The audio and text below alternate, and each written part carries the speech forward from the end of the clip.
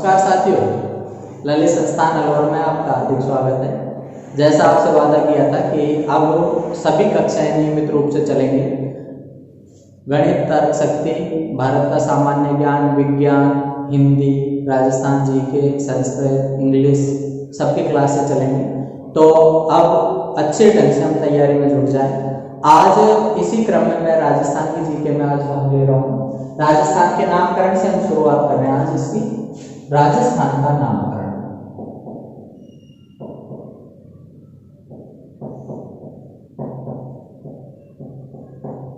राजस्थान नाम कैसे पड़ा है? देखिए, राजस्थान शब्द की बात करें तो ये शब्द बहुत पुराना है, 625 ईस्वी का है। 625 ईस्वी में खीमला माता का शिलालेख है।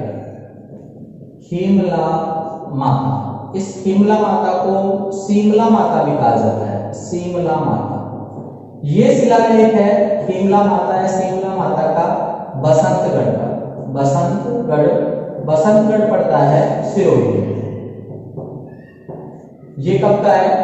625 ईस्वी या विक्रम संवत में कहें तो 682 विक्रम संवत का खीमला माता का शिलालेख है।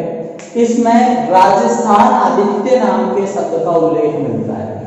राजस्थान आदित्य नाम के शब्द का उल्लेख है। राजस्थान इस भूभाग के लिए नहीं है, लेकिन वो क्या है? राजस्थान आदित्य जो शब्द मिलता है खीमला माता के शिलालेख में, कब का है वो शब्द? 625 ईस्वी या विक्रम संवत में कहें तो 682 विक्रम संवत। कई बार हम इसमें कंफ्यूज हो जाते हैं, विक्रम संवत ईस्वी। तो भारत के इतिहास में अपन इसके बारे में विस्तार से पढ़ेंगे। छोटा सा एक बात कुछ समझ ले इसमें कि कोई ईसा मसीह हुआ था। ईसा मसीह के नाम पर एक सन हुआ जिसको कहा जाता है ईस्वी।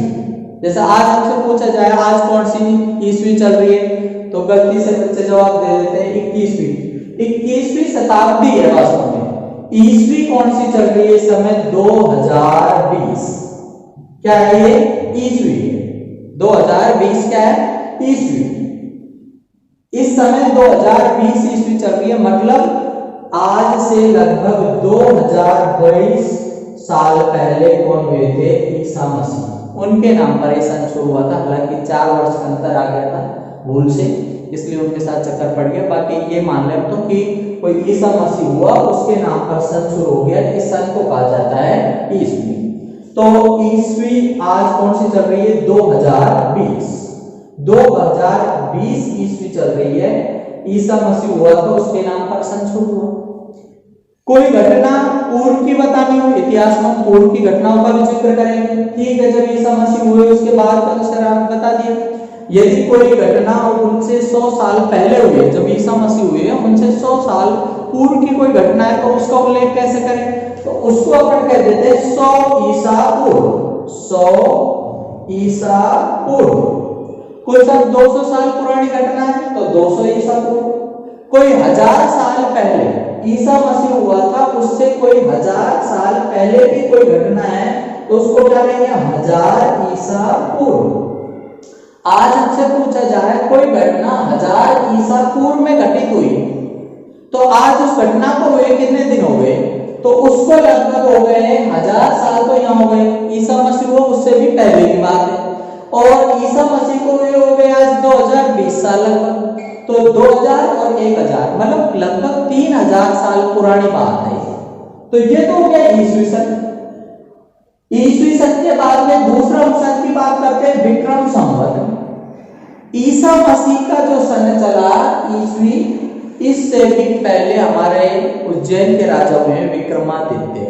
विक्रमादित्य ने एक सन चलाया था विक्रम संवत। वो 57 साल पहले से ही चल रहा था। ईस्वी तो बाद में शुरू हुआ, वो 57 साल पहले से ही चल रहा था। उसको कहा जाता है विक्रम संवत। मतलब आज 2020 ईस्वी है तो वो हमसे भी 57 साल आगे चल रहा है, विक्रम संवत है। तो इसमें 57 साल और जोड़ देंगे, विक्रम संवत आ जाएगा हमारा निकल करके। 57 साल जोड़ दिया, क्या आ जाएगा? विक्रम संवत आ जाएगा। ठीक है। ईस्वी कौन सी चल रही है? 2020। विक्रम संवत ज्ञात करना चाहें 7702, ये क्या है? विक्रम संवत। एक हम कहते हैं शताब्दी के साथ 21वीं शताब्दी चल रही है। शताब्दी क्या है? जो हम ईस्वी में ही बात कर रहे हैं कि आज 2020 ईस्वी है, शताब्दी 21वीं है। 21वीं क्यों है शताब्दी? कि शत प्लस अवधि, दो शब्दों से बना हुआ है, शत प्लस अवधि। अवधि मतलब होता है वर्ष, शत मानी 100 वर्षों के समूह को क्या कहा जाता है? शताब्दी। 100 साल हो गए, जैसा अपन ये कहते हैं सचिन तेंदुलकर ने 2 शतक लगा दिए, हम बोलते थे 2 पर क्या लगाया वो शतक, शतक मतलब 100, मतलब कितने रन बना लिए उसने? 200 रन बना लिए। यदि हम कहें 2 शताब्दी हो गई, 2 शताब्दी मतलब कितने सन हो गए? 200 साल। हम कहें कि 2000 शताब्दी, 20 शताब्दी हो गई, 20 शताब्दी का मतलब कितने हो गए? 2000 साल। यदि हम कहते हैं भाई 1 शताब्दी हुई 100 साल, 5 शताब्दी, 5 शताब्दी का मतलब 500 साल, 10 शताब्दी मतलब 1000 साल, 20 शताब्दी मतलब 2000 साल, और 20 के बाद में 2001 सन जब से शुरू हुआ है, कौन सी शताब्दी चल रही है? 21वीं। कब तक चलेगी? 100 साल तक चलेगी। ठीक, तो ये शताब्दी होती है। एक और सन है शक संवत। शक संवत, शक संवत है, ये ईस्वी से भी 78 साल बाद में शुरू हुआ है। हमारा विक्रम संवत तो ईस्वी से भी पहले का चल रहा है, 57 साल पहले, लेकिन शक संवत वो 78 ईस्वी में शुरू हुआ। अब जब 78 ईस्वी जब चल रही थी, जब तो शुरू हुआ तो 78 साल पीछे चलेगा। 78 साल पीछे चलने का मतलब है यदि हमको शक संवत ज्ञात करना है तो ईस्वी में से 78 वर्ष घटा दें। या किसी थर्ड ग्रेड 2004 में प्रश्न पूछा भी गया है, पूछ लिया था कि इस समय शक संवत कौन सा चल रहा है, तो सभी संवतों को याद रखना कोई आवश्यक नहीं है, लेकिन इतना सा जरूर हमको ईस्वी का ज्ञान है। यदि हमको विक्रम संवत याद करना है तो उसमें ईस्वी में 57 साल जोड़ दें। यदि हमको शक संवत याद करना है तो ईस्वी में से 78 साल घटा दिए जाएंगे। ऐसे ही हिजरी संवत है। मोहम्मद साहब जब मक्का से मदीना की यात्रा पर गए थे, 622 ईस्वी का घटनाक्रम है, 622 ईस्वी, तो उनके नाम पर सन चला हिजरी संवत। कब चला? 622 ईस्वी में, मतलब ईस्वी को तो चलते हुए हो गए 622, उस दिन तो शुरू हुआ है हिजरी संवत, तो वो और भी पीछे चल रहा है। कितना पीछे चलेगा? वो ईस्वी से 622 वर्ष पीछे चलेगा। आज ईस्वी 2020 है, यदि हमको हिजरी संवत याद करना है तो 622 घटा देंगे इसमें से, ईस्वी में से क्या निकल करके आ जाएगा? हमारा हिजरी संवत। अभी तो बात इतनी सी अपनी कि हम बात करें राजस्थान नाम कैसे पड़ा है, तो राजस्थान शब्द का सर्वप्रथम उल्लेख मिलता है खीमला माता के शिलालेख में। खीमला इसी को कहा जाता है शिमला माता। बसंतगढ़ का शिलालेख है 625 ईस्वी का, या विक्रम संवत में कहें तो 682 ईस्वी विक्रम संवत, 682 विक्रम संवत, ईस्वी में कहें 625 ईस्वी का शिलालेख है। इसमें राजस्थान आदित्य, राजस्थानादित्य नाम के शब्द का उल्लेख मिलता है, लेकिन यह शब्द इस भूभाग के लिए प्रयुक्त नहीं हुआ है जिसे वर्तमान में हम राजस्थान कहते हैं। इस भूभाग के लिए सर्वप्रथम कोई शब्द लिया गया है काम में, तो वो था राजपूताना, जो लिया था जॉर्ज थॉमस के द्वारा। जॉर्ज थॉमस ने 1800 ईस्वी में इस भूभाग को राजपूताना कहा। चूंकि हम जानते हैं यहाँ पर अधिकांशतः रियासतों के ऊपर राजपूत राजाओं का शासन था, इस कारण से इस भूभाग को जॉर्ज थॉमस ने क्या कहा था? राजपूताना। कब कहा था? 1800 ईस्वी। हमको कैसे पता इस बात का उसने राजपूताना कहा? 1805 ईस्वी की बात है। 1805 ईस्वी में इनके मित्र थे फ्रैंकलिन। जॉर्ज थॉमस का मित्र था, क्या नाम था उनका? फ्रैंकलिन की पुस्तक है military memoirs of George Thomas. Military memoirs of George Thomas में उन्होंने इस बात का उल्लेख किया कि मेरे मित्र जॉर्ज थॉमस ने इस भूभाग को राजपूताना कहा है। 1800 ईस्वी में जॉर्ज थॉमस ने इस जगह को क्या नाम दिया? राजपूताना, चूंकि यहाँ पर राजपूत राजाओं का शासन था। इस बात का उल्लेख कब मिलता है? 1805 में फ्रैंकलिन की पुस्तक है military memoirs of George Thomas, जिसका विमोचन करने वाले थे लॉर्ड विलियम बेंटिंग ने इस पुस्तक का विमोचन किया था। और इस पुस्तक में उल्लेख मिलता है कि इस जगह को जॉर्ज थॉमस ने राजपूताना नाम दिया, लेकिन उनके कहने से राजपूताना नाम दे दिया उन्हें, पर इस क्षेत्र को अभी भी कोई एक नाम से अभिहित नहीं किया जाता था। इसके बाद में 1829 ईस्वी की बात है, 1829 ईस्वी में हुए colonel James Tod. Colonel James Tod जिनका जन्म हुआ है, कर्नल जेम्स टॉड का 20 मार्च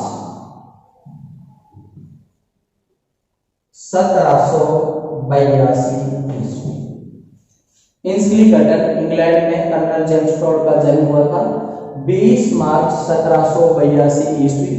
1798 ईस्वी में कर्नल जेम्स टॉड सैनिक रिक्रूट के रूप में अपने इस भूभाग में आए। राजपूत पहले तो दिल्ली आए थे, दिल्ली में उनको एक पुरानी नहर की पैमाइश का काम दिया गया। 1817 में अपने इस राजपूताना के क्षेत्र में 1782 का इनका जन्म है इंस्लीगटन इंग्लैंड में।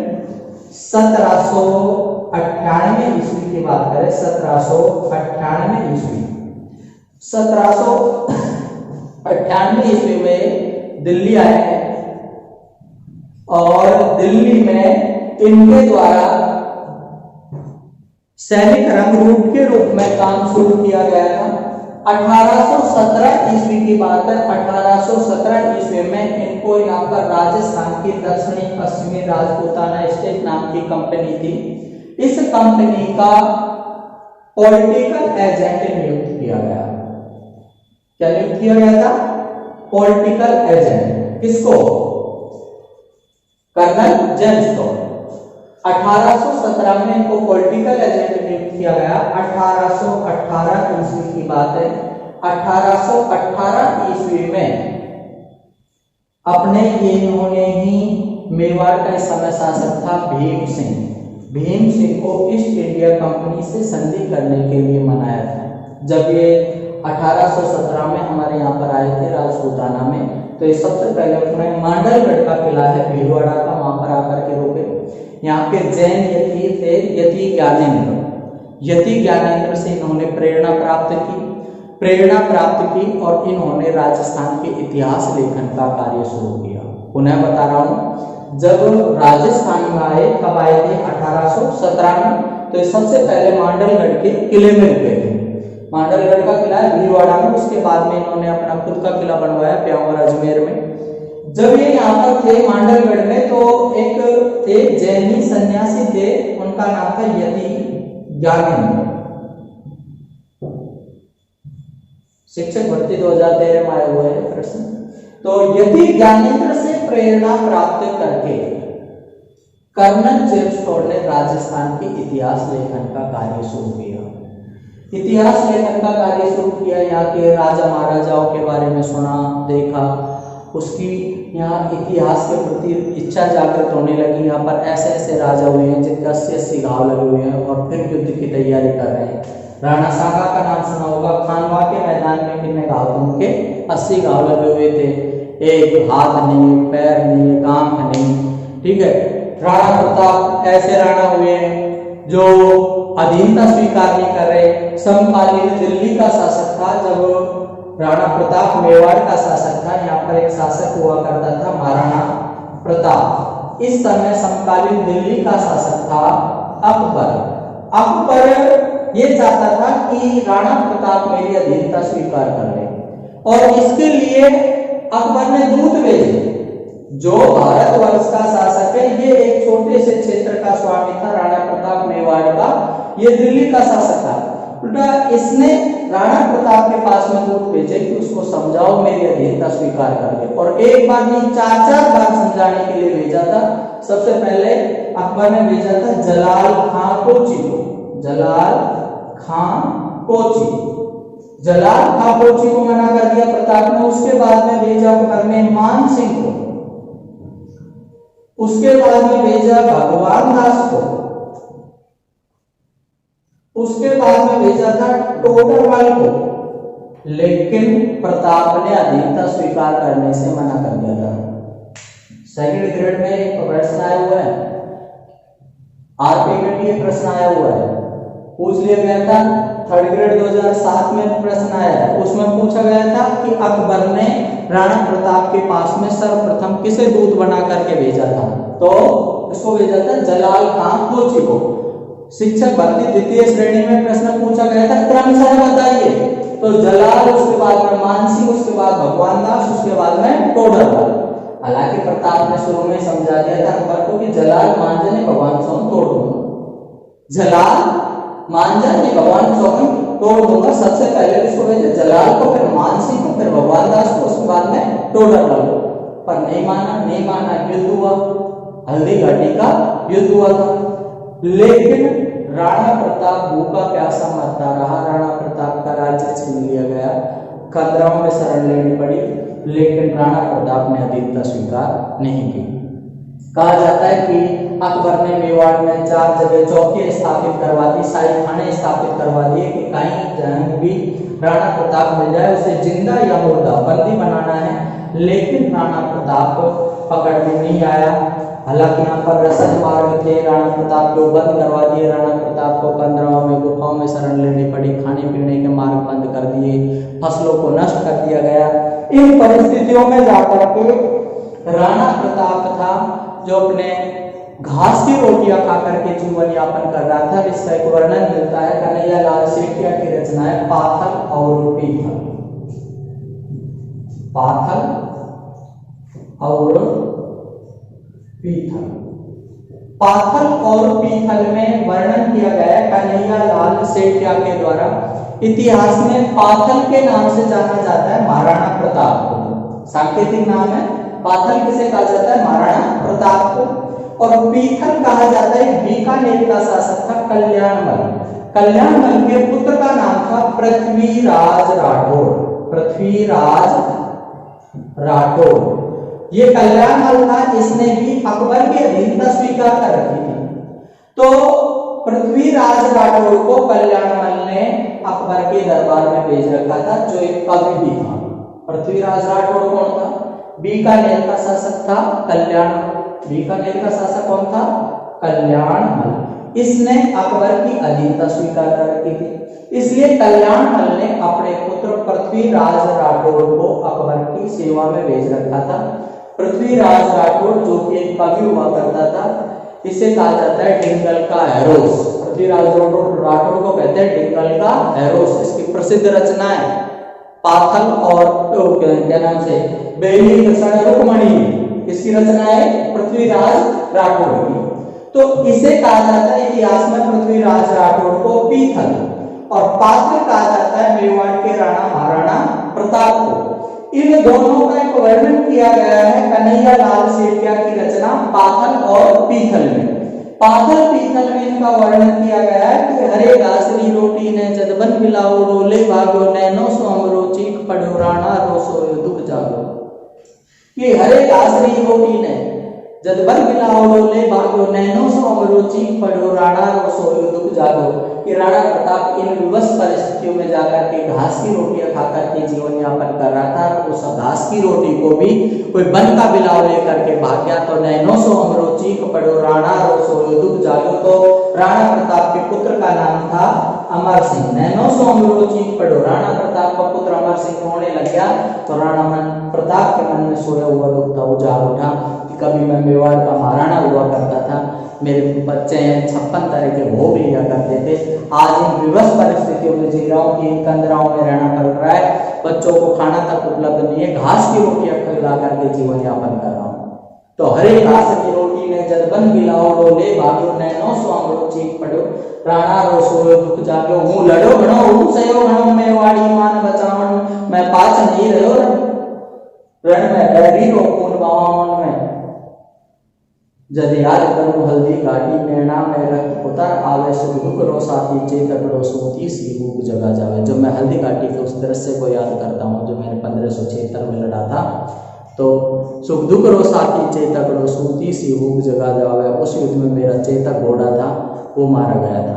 चेतक जिसने एक नाले को पार किया था, जो पूरे तरह से जख्मी हुआ पड़ा था, उस स्थिति में राणा प्रताप को ये सोच बैठा कि राणा ने सोचा इस पार, तब तक घोड़ा था उस पार, मतलब जख्मी होने की स्थिति में भी राणा प्रताप को घोड़े ने नाले को पार करवा दिया था। तो ऐसे मैंने प्रिय घोड़े को खो दिया था उस युद्ध में। पर आज बिलख तो देखूं हूँ जब राज कंवर ने रोटी ने भूलूं हूँ सारो छत्र धर्म भूलूं हिंदवाणी चोटी ने। पर आज जब मैं इस तरह से मेरे बच्चों को रोते हुए देखता हूँ तो सब ये सम्मान की बातें हैं, सब मेवाड़ की धरा की बातें हैं, इन सब बातों को भूल जाता हूँ। सोच हुई दो टूक तड़क राणा ये भीम बजत छाती आँखा में आंसू भर बोलो मैं लिखूं सो अखबार न पाती। सोच हुई दो टूक तड़क राणा ये भीम बजत छाती। ऐसा सोच करके राणा प्रताप का जो वज्र का सा हृदय हुआ करता था वो भी टूट गया। सोच हुई दो टूक तड़क राणा ये भीम बजत छाती आँखा में आंसू भर बोलो मैं लिखूं सो अखबार न पाती। आंखों में पानी आ गया और राणा प्रताप ने पत्र लिख दिया किसको? अकबर को। अकबर को अधीनता के लिए पत्र लिख दिया किसने? मेवाड़ के राणा प्रताप ने। राणा प्रताप ने अकबर के पास में पत्र भेजा। अकबर ने जब पत्र को पढ़ा, अकबर को जो पत्र मिला तो अकबर की मनोदशा देखिए। राणा रो कागज बाँच हुओ अकबर रो सपनों सो सांचो पर नैना करा विश्वास नहीं फिर बाँच फिर बाँचो। कि राणा रो कागज बाँच हुए, जब राणा का पत्र पढ़ा अकबर ने तो अकबर रो सपनों सो सांचो, अकबर का तो ऐसा समझो जैसे स्वप्न साकार हो गया हो, क्योंकि अकबर तो कल्पना भी नहीं कर सकता। जब अकबर को पता है मैंने चार बार दूध बेच ली, मैंने युद्ध लड़ लिया, फिर वो मेरी अधीनता स्वीकार नहीं करा और आज अकारण ही मेरे पास में अधीनता के लिए पत्र आया। तो अकबर रो सपनों सो सांचो पर नैना करा विश्वास नहीं, पर नेत्रों को विश्वास नहीं हो रहा था, इसलिए बाँच फिर बाँचा। उसके बाद में अकबर ने तुरंत बुलाव भेजो पृथ्वीराज को राणा विहार बतावन में। पृथ्वीराज राठौड़ हालांकि अकबर के दरबार में रहता था, लेकिन ये डील अंतर था वही महाराणा प्रताप की। चाहे मेरे पिताजी ने भी अधीनता स्वीकार कर लिया, लेकिन अभी भी हमारे राजपूताना में ऐसे राजपुत्र हैं, राणा है जो तुम्हारी अधीनता स्वीकार नहीं करे, चाहे वो भूखे प्यासे मरे। तो पृथ्वीराज राठौड़ को ही ये पत्र पढ़ाने के लिए अकबर ने बुलवाया। पृथ्वीराज राठौड़ की पैरों तले से जमीन खिसक गई कि ये क्या हुआ, राणा प्रताप जैसा महापुरुष आज अकबर की अधीनता स्वीकार कर रहे हैं। अकबर ने कहा हूँ आज बादशाह धरती रो मेवाड़ी पाग पगा में है, अब बता मैंने कि रजवट में रजपूती खून रगा में है। हूँ आज बादशाह धरती रो, मैं आज पूरी धरती का बादशाह हूँ, मैं हूँ आज बादशाह धरती रो। ठीक है कि बता मैंने कि मैं रजवट में रजपूती खून रगा में है। अब कौन सी राजपुत्री है जिसके राजपुत्र के रगों में खून है? पृथ्वीराज राठौड़ ने फिर भी समझते हुए कहा हुक्म होए तो लिख पूछो राणा ने कागज रह खाता है। यदि आप एक बार आदेश दे दें, हुक्म कर दें, तो मैं एक बार राणा प्रताप से सच्चाई को जान लूं कि वास्तव में एक प्रताप ने ही पत्र लिखा है। हुक्म होए तो लिख पूछूं राणा ने कागज रह खाता है, पूछ भला ही पीथर तू आ बात सही बोलियो अकबर। अकबर ने कहा विश्वास मुझे भी नहीं होगा, इसलिए एक बार तू पूछ ही नहीं। प्रताप के पास में पत्र लिख करके भेजा किसने? पृथ्वीराज राठौड़ ने, जिसे इतिहास में किस नाम से जाना जाता है? पीथल के नाम से।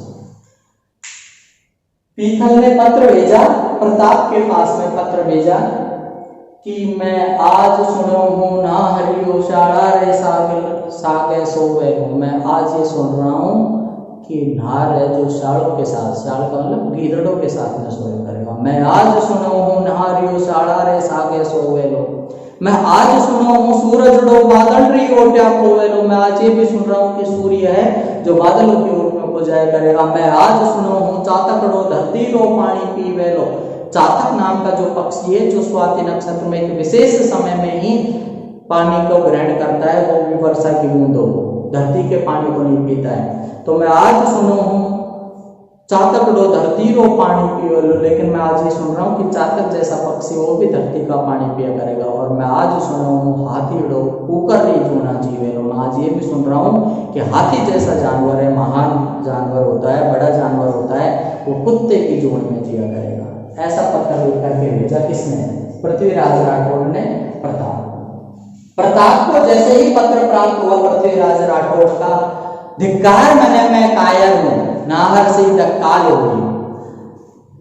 राणा पे पीर हुई इसका पीथल का आखर पढ़ते ही राणा की आंखें लाल हुई।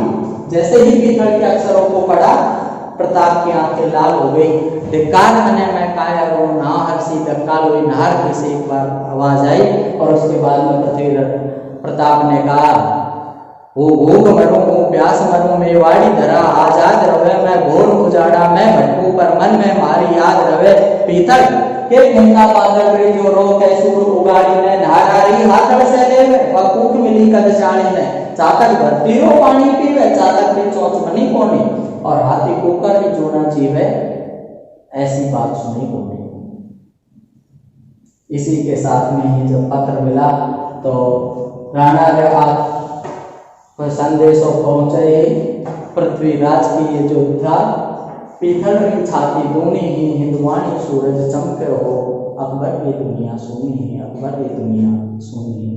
अकबर को जब इस बात का पता लगा बेचारा वापस नहीं क्यों नहीं आ गया जीरो पर। तो मैं ये कह रहा था इस तरह की कहानियां सुना करता था कौन? Colonel James Tod. राजस्थान के इतिहास की जब इस तरह की कहानियों को सुनने लगा तो उसने अर्नल कर्नल के पदों पर ध्यान देना छोड़ करके और इतिहास सामग्री जुटाना शुरू कर दिया। और 1817 से 1822 ईस्वी तक वो यहाँ पर दक्षिणी पश्चिमी राजपूताना स्टेट का अपने पॉलिटिकल एजेंट बन करके रहा। लेकिन जो और जो बड़े अधिकारी थे वो ये समझ बैठे कि ये भारतीयों से मिल गया है, यहाँ के स्थानीय लोगों से मिलने लग गया है और इससे हमारी भी इज्जत खराब होती है। तो ये भी दुखी हो गया था कर्नल जेम्स टॉड। इसने भी अपने अस्वास्थ्य का बहाना बना लिया और 1822 ईस्वी में कुछ इसने जो लेख थे शिलालेख थे कुछ सामग्रियां उद्धृत की, कुछ शिलालेखों को अपने साथ में वापस इंग्लैंड ले गया। और एक तो मानमोरी का शिलालेख था, मानमोरी का शिलालेख अपने लेकर के जा रहा था नाव में भारी होने के कारण से डूबने के डर के कारण से उसने समुद्र में फेंक दिया था। इन सब सामग्रियों को इकट्ठा करके और उसने 1829 ईस्वी में एक पुस्तक लिखी annals and antiquities of Rajasthan. पुस्तक लिखी कब? 1829 ईस्वी में पुस्तक लिखी गई एनाल्स एंड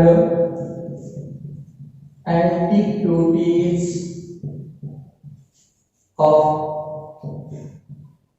राजस्थान। इसी का नाम है दूसरा the central and western Rajputana states of India. The central and western Rajputana states of India नाम की पुस्तक लिखी गई 1829 ईस्वी में। इस पुस्तक में इस भूभाग के लिए सबसे पहले कर्नल जेम्स टॉड ने शब्द का प्रयोग किया रजवाड़ा। रजवाड़ा मतलब है राजाओं का बाड़ा। बाड़ा आप जानते हैं पशुओं को जहाँ बांधा जाता है, तो उन्होंने कहा कि ये क्या है? राजाओं का बाड़ा है। शब्द उपयुक्त नहीं लगा, राजाओं के लिए हम इस तरह के शब्द का प्रयोग करें। तो उसके बाद उन्होंने दूसरा शब्द बदला, इस क्षेत्र के लिए कहा रायथान, मतलब राजाओं की थान। थान बोलते हैं अपने देवी देवता, लोग देवी देवताओं का जो स्थान होता है उसको क्या बोलते हैं? थान। पीर बाबा की थान है, रामदेव जी की थान है। तो ये भी कुछ ज्यादा बड़ा हो गया सब कि राजाओं भगवान पे दर्जा दे दिया। उसके बाद में उन्होंने तीसरा शब्द निकाल करके दिया Rajasthan. Rajasthan colonel James Tod की पुस्तक है annals and antiquities of Rajasthan या the central and western Rajputana states of India नाम की पुस्तक में इस भूभाग को सबसे पहले कहा गया है रजवाड़ा, फिर नाम दिया राजस्थान, उसके बाद में नाम दिया राजस्थान। पर इनके कहने से ही ये भूभाग राजस्थान में कहलाया। 26 जनवरी 1950 26 जनवरी 1950 में संवैधानिक रूप से राज्य का नाम रखा गया राजस्थान। हाँ, इस भूभाग के लिए राजस्थान शब्द काम में लेने वाले प्रथम व्यक्ति कौन हुए थे? Colonel James Tod. हालांकि मैं पुनः कह रहा हूं ये शब्द नया नहीं है, शब्द तो 625 ईस्वी का या विक्रम संवत में कहें 682 विक्रम संवत का शब्द है। राजस्थान आदित्य नाम के शब्द का उल्लेख मिलता है, लेकिन यह शब्द इस भूभाग के लिए प्रयुक्त नहीं हुआ है कि ये जो पूरा भूभाग है राजस्थान है। इस भूभाग के लिए तो पहली बार ही कोई शब्द जो काम में लिया गया है वो है राजपूताना।